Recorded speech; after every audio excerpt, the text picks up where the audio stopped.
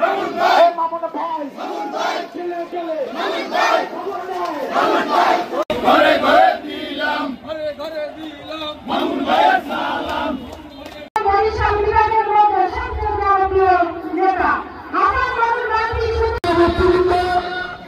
গলাচুলা থেকে আগত ছাত্রদল, যুবদল, স্বেচ্ছাসেবক দল, শ্রমিক দল, কৃষক দল সহ সকল অন্য সংগঠনের নেতৃবৃন্দ